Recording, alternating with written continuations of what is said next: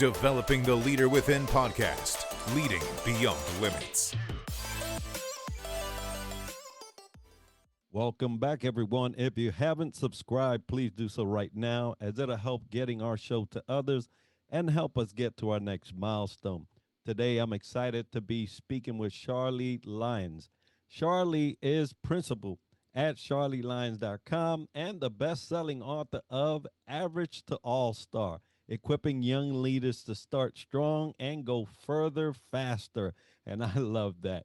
She is also an ICF certified coach, as well as a fellow Maxwell coach with me and speaker, helping discover, develop, and deploy extraordinary leaders and leadership teams to create award-winning workplaces. Sharlee, welcome to the show. Oh, it's so good to be with you. Well, we're happy to have you with us today. And folks, we will be speaking about why most young leaders stay average and how to become an all-star. But before we get into that conversation, Sharlee, tell us a little bit about you that the audience may not know. Yeah, great. Thank you. I'm a thought leader, and as you mentioned, a best-selling author. I'm a subject matter expert in the personal and professional development of emerging leaders. I love coaching young leaders and young professionals and supporting them because it really makes me excited about our future. A majority of my career has been spent in higher education, and I spent a few years in industry in the training and development space, and I now use that experience in my own coaching and consulting practice. And that's really what served as my inspiration for my book that you mentioned, Average to All-Star. And some of my favorite clients, kind of from the All-Star piece, some of my favorite people and some of my favorite clients call me All-Star Shar. At first that kind of started as a bit of a joke, but it actually has stuck, and I've come to really love it because I think it's a really good indicator of what I have been called to do and what I love doing, because my mission in life is to encourage and equip leaders with the tools necessary to reach their God-given potential. According to their unique design. And I believe we are all uniquely designed and have a superpower. So that's a little bit about me and what I love to do. Well, I love that. And you mentioned sometimes we think and see ourselves as one thing, but the population will tell us exactly where we fit in. And so I'm glad that you embraced that position in life and are doing such great jobs. Now, an Average to All-Star, you talk about helping young leaders start strong and go further faster. What are the biggest mindset traps that keep high potential people stuck in average, even when they have talent and ambition? That's a really great question. I love this question because I talk about it a lot in my coaching sessions, and it's not necessarily something that I bring up. It's what the emerging leaders bring up, and that mindset trap is comparison. Right? We talk about how it's showing up in their lives and how that we can kind of push against it. Okay. And some of that is how, instead of comparing on how I can be like other people, instead thinking about that unique design that you have and what superpower makes you different. Right? I think especially young people, we all get caught in the trap of comparison, but I think especially young professionals. And one of the examples that I use, most of my career was in higher education, spent many years at Purdue University and the Daniels School of Business. And we graduated 120 accountants every year. Okay. Bright young people could do accounting, wonderful accounting, much better than I ever could. Numbers are not my jam, but numbers were their jam, right? They were great accountants. And so they would come to me before the career fair and say, Sharlee, there's 120 other accountants. And I'd say, okay, how are you going to make yourself stand out at this career fair than the other 120 really bright young your peers that are really great at that? And so we would talk about what is their superpower, kind of what is their superpower in accounting. And, maybe it was, I can help everyone in the business understand accounting at a really high level. I can explain it to a fifth grader, right? I help other people in the business understand how accounting impacts the bottom line according to their job description. Or I can find hidden revenue in the business. If you walked up to a business owner and you said that as a superpower, like you're solving their problem, they are going to hire you. Or maybe they could do pivot tables with their eyes shut. And so instead of looking at comparison and that mind trap, instead look at what they have and how they help solve problems in people's lives and especially in the business, right? Comparison, I think, is a huge mindset trap. Another one, and I would say this almost ranks up there with that, is how to handle hard, right? Life is hard. I think a lot of young people, they were great performers in school and in college, and then they get out there and they think they're going to climb that ladder really fast, and then hard happens, right? And I think how we get our minds around hard is important. That this is life, and I'm sorry, this is how it's going to be. So let's get our minds right about hard, right? And then be able to. The second step is then to be able to push through that. And as you push through it more and more times, it becomes easier to know yourself and how to push through that. And then really get to the point where we can embrace hard because we know where it can take us, right? Like getting to the point where you welcome hard and not quitting when it gets hard, but pushing through that because you know that that's really going to take you to All-Star. So kind of those are two of the biggest mindset traps that I work with clients every single day. Yeah, and I truly agree with that. The comparison one and hits folks right between the eyes. There is not one time that I can think that I did not say, "Oh, but look at that," or "Hey, wow, that person got here," and oh, it plagues us all in one It's an way or instinct, another. right? I mean, that's an instinct that we have. That's what keeps us safe, right? Because we're trying to look at threats, right? But so it's an instinct, but it's also something that we've learned over a long period of time. And how do we take that mindset and flip it upside down? Yeah, in the military, I tell you that we go by a brag sheet. They call it a brag sheet. So there you go, right? Tell me about what you can bring. And then you have the evaluation where you put all these things in a coherent way and paragraphs where somebody in the future can look at and say, okay, I want to select this person. Mhm. And so it's important to not so much compare, but bring the substance of what you have presented in a way where it's appealing to somebody and they can select from there, right? So, great point You're there. communicating how you help them solve their problems. And if you can communicate how to help them solve their problems, you've done, I mean, then you have to follow it up, right? But if, yeah, I mean, that's the huge step, and that's what employers are looking for. And actually, that's one of the, I use one of the assessments that I use with a lot of my clients is called the Fascinate assessment. And it's how to communicate your unique powers and your unique superpowers. And that's some of what I use in my coaching, just helping others solve problems. That's what we're hired to do in most organizations, right? Yes, that's right. Now, you work with organizations to create award winning workplaces.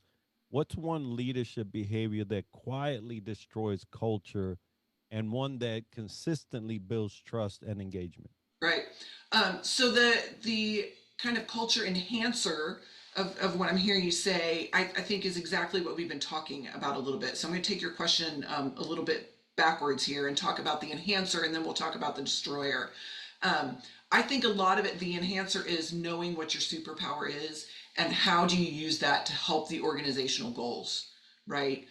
Kind of what we were just talking about with your previous question. So I think that's the enhancer. Like, how do I take what I have and give goodness to not only the organization but the people around me? And it may not even be in the organization that you're hired, but maybe it's philanthropic in what you're doing. But how do you do that in your life, right? I think a huge culture destroyer, and I find this especially with emerging leaders and young professionals, is thinking that culture is not their job, right? I'm just low man on the totem pole. I'm not a leader in this organization. I'm not a manager. I'm not the CEO. It's not my job to enhance the culture. And I would say that they probably have one of the biggest roles in enhancing culture because they get to do that kind of from the bottom up, right? And a lot of leadership is looking at how you can enhance from the bottom up. And so I see a lot of young leaders thinking it's not their job. And it really, I think that kind of comes from a bit of selfishness and withholding things like, I know how to solve that problem, but I don't get paid the big bucks to do that. My manager or my leader can figure that out. And I think that's really being able to come in and make an impact quickly, helps them just climb the ladder more quickly. So I really encourage young professionals, whenever you're tempted to think that's not my job, there again, you've got to flip that mindset upside down. And how do they enhance and align their superpowers with the organizational goals in order to get ahead, both personally and professionally within the organization and without.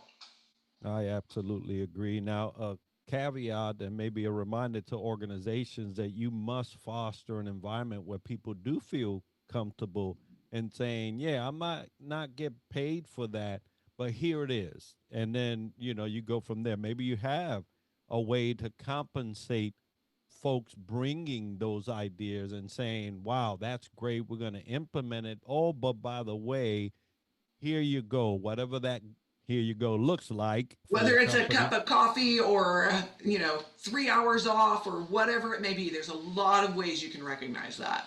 Exactly, exactly. Now, in a world of influencers, which is plaguing us left and right, a lot of young professionals want to influence quickly. In Mm-hmm. your experience, what's the difference between someone who is chasing recognition versus someone who is truly developing leadership credibility? Sure. So let's look at that term influence first, right? Um, I believe influence is a very positive thing, and I believe many times influence and leadership can be used simultaneously, right? And so I just want to put that out there. When we think about influence, that is leadership. One thing I will say in response to your question, somebody who's chasing recognition, I will say that I believe almost every time recognition is self-focused. It's focused on self and what I did and what I can get recognition for that. And when I think of influence, also known as leadership, I think it's really very simple. That definition is really very simple. Leaders or influencers, that's very much an outward focus. They solve problems and they serve people. I'm going to say that again. Influencers and leaders solve problems and they serve people. Those two things are not inwardly focused.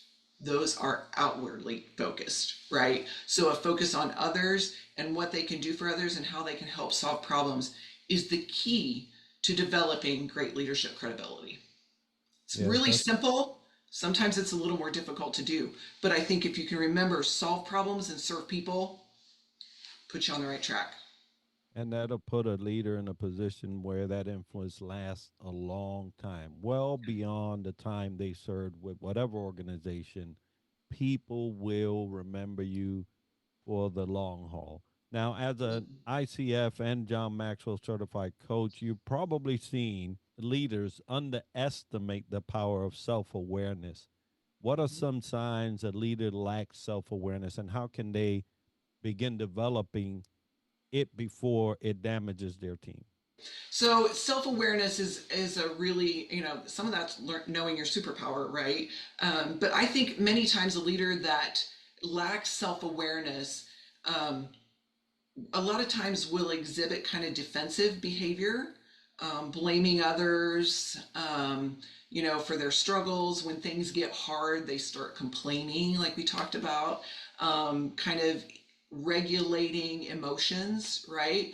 I thought about this. I was thinking about our time together this morning, and I'll give you an example. One of the favorite shows that my husband and I watch is Running Wild with Bear Grylls. Griles. I'm not sure how you say his last name. Apologies, Bear. But really, what this show does is it takes celebrities and takes them along with Bear on a 48-hour journey through really extreme environments, right? And so it's one of our favorite shows. We've watched probably 4 or 5 episodes in the last couple of weeks. And last night there was a young musician on, and I'm not going to name the person, but there was a young musician. And I was kind of working around the house. I wasn't really sitting watching, but I was listening into what was happening on the episode. And it, I don't know, it had kind of a heavier feel to this episode than others that I've watched. And some of that is because this young person was talking about the hardships that they've gone through in their young life. And I felt like they were kind of regurgitating what they had learned in some of their therapy sessions, right?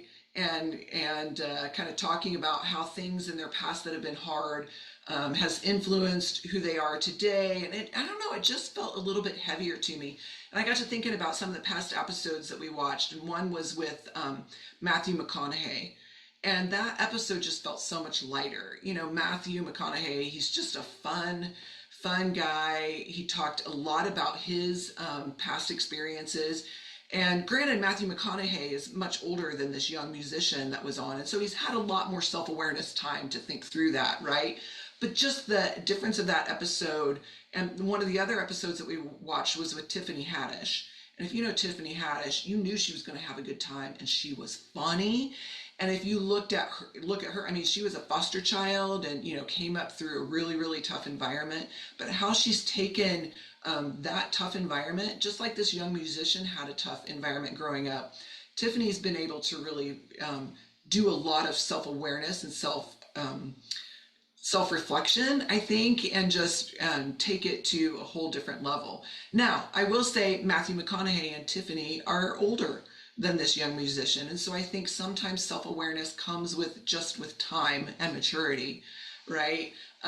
But I just thought that was really interesting as I was working around the house last night, of kind of how I was feeling about that episode. And then as I kind of did that comparison, I was like, oh, that's the difference. That self-awareness piece that Matthew and Tiffany Haddish had, I think were more mature and more, what do I say, developed than the young musician. Not that that young musician won't get there, but I believe that young leaders developing good relationships with those around them help with self-awareness, right? One thing that I really encourage a lot of my clients to do is develop strong relationships. You have to have a really strong foundation of a relationship, because I want my young leaders to be asking for and looking for feedback, right? And I think that the best feedback that you're going to get comes from someone that you have a good relationship with, right? Someone that you know that your relationship is not based on the feedback, because sometimes they're going to tell you hard things that you're not going to want to hear, and you're not going to like them very much. But you have to have that good relationship that you love them, so you can come back around to that, right? And sometimes, instead of, a lot of young leaders, you know, when they get feedback, I said, just sit in that feedback for a little bit. Don't say anything. All you have to say when someone gives you feedback is thank you. Don't feel like you have to defend yourself, and then just sit in that for a little bit, at least 24 hours.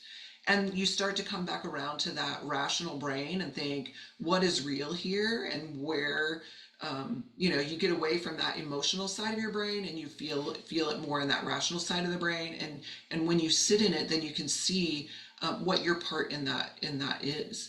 And so I really encourage young leaders, one of the best things they can do to help their self-awareness, it sounds kind of counterintuitive because they're getting feedback from other people, but it really helps them in their self-awareness.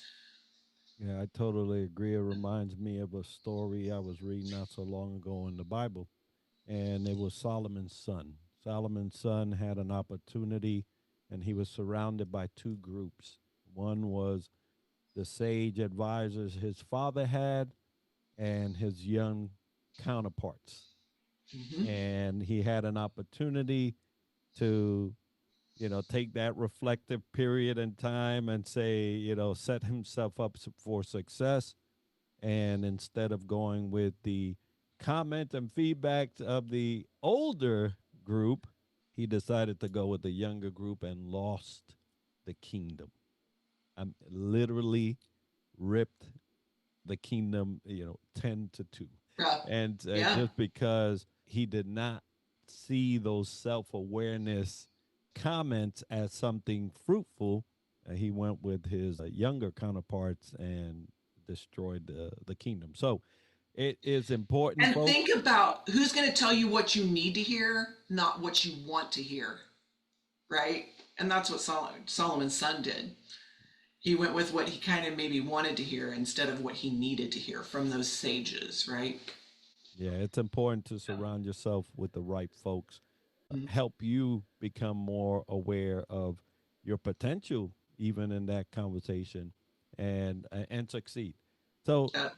if you could sit down with every emerging leader for I just love it. 5 minutes Let's go. and give them one lesson that would accelerate their growth and help them avoid years of frustration, what would you tell them? Can I have two? All right. One and a bonus, right? The first thing I would encourage them with is talk about investing in themselves instead of spending on themselves, right? Helping them to understand the difference.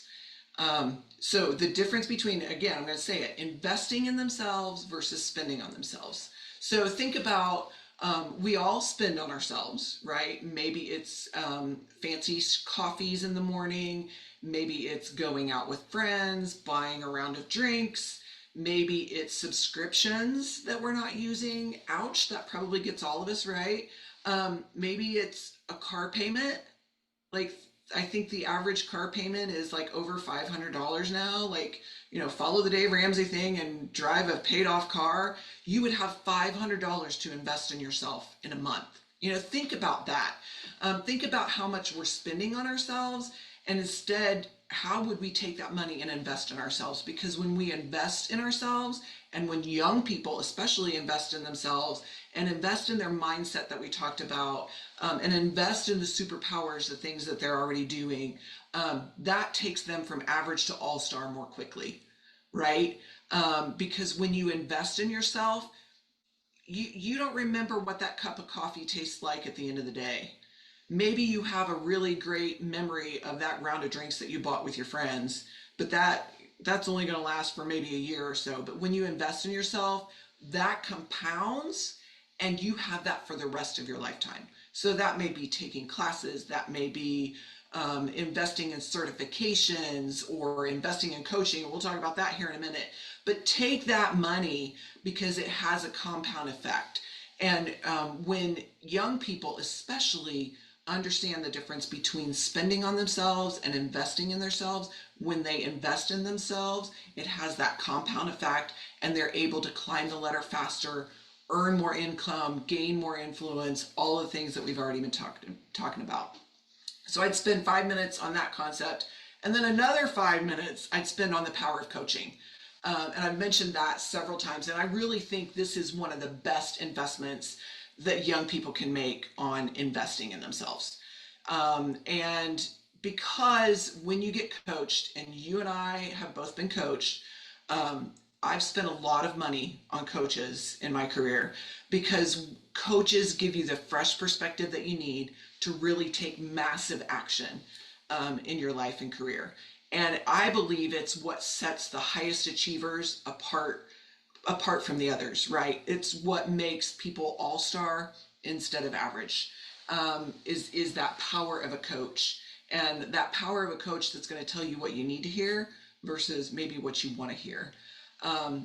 Coaching, a lot of times I see young people that are a bit resistant to coaching, I think because they see it as being discipline. And I don't believe that at all. I see coaching is about taking healthy people and people that are doing really good things already and making their lives awesome. So taking people that are already good and making them awesome. It's not detrimental or coming from a place of discipline or reprimand. I don't see coaching as being that at all. And coaches, you've seen it, I've seen it. that have really helped me transform my life, create breakthroughs in my life, take me to heights that I've never gone before. And, coaches that I can point back to that have a unique and positive effect and mark that they have made in my life.